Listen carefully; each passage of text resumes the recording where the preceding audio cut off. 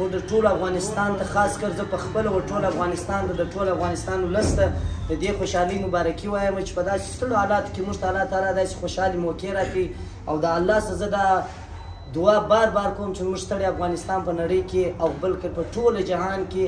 الله تعالی دې خوشحاله آباد لري او ستړی افغانستان دې الله را جوړ کړي.